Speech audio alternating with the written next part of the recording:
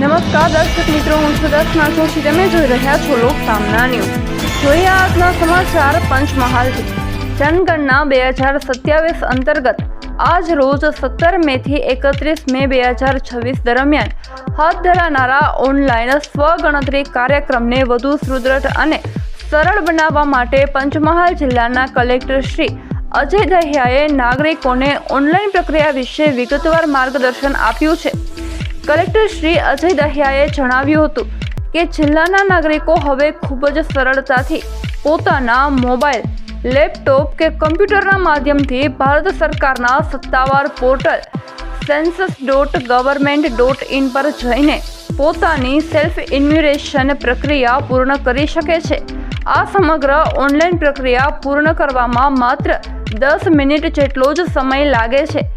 Online self enumeration માટે ધ્યાનમાં રાખવાની બાબતો: નાગરિકોએ પોર્ટલ પર જઈને પોતાના કુટુંબના વડાનું નામ અને ચાલુ સ્થિતિમાં હોય તેવો સાચો મોબાઈલ નંબર નોંધાવવાનો રહેશે.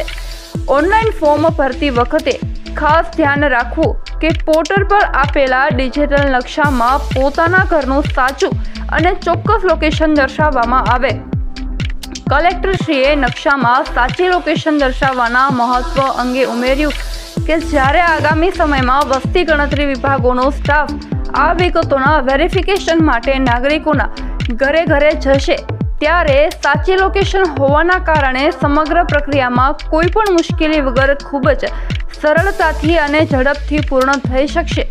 જિલ્લા પ્રશાસન દ્વારા તમામ પંચમહાલ વાસીઓને નમ્ર અપીલ કરવામાં આવી છે કે આ નિર્ધારિત સમયગાળા 17 મે થી 31 મે 2026 દરમિયાન ડિજિટલ માધ્યમનો ઉપયોગ કરી રાષ્ટ્રના આ મહાઅભિયાનમાં પોતાનું સક્રિય યોગદાન આપે.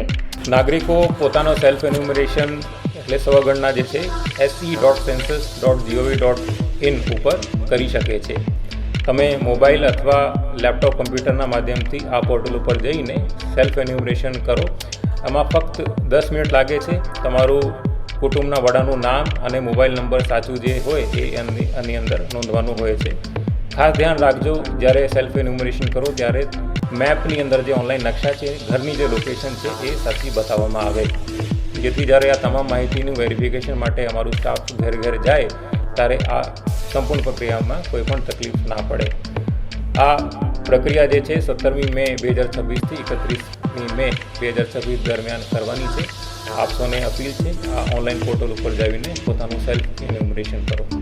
ફરી મળીશું એક નવા સમાચાર સાથે. ત્યાં સુધી જોતા રહો લોક સામના ન્યૂઝ.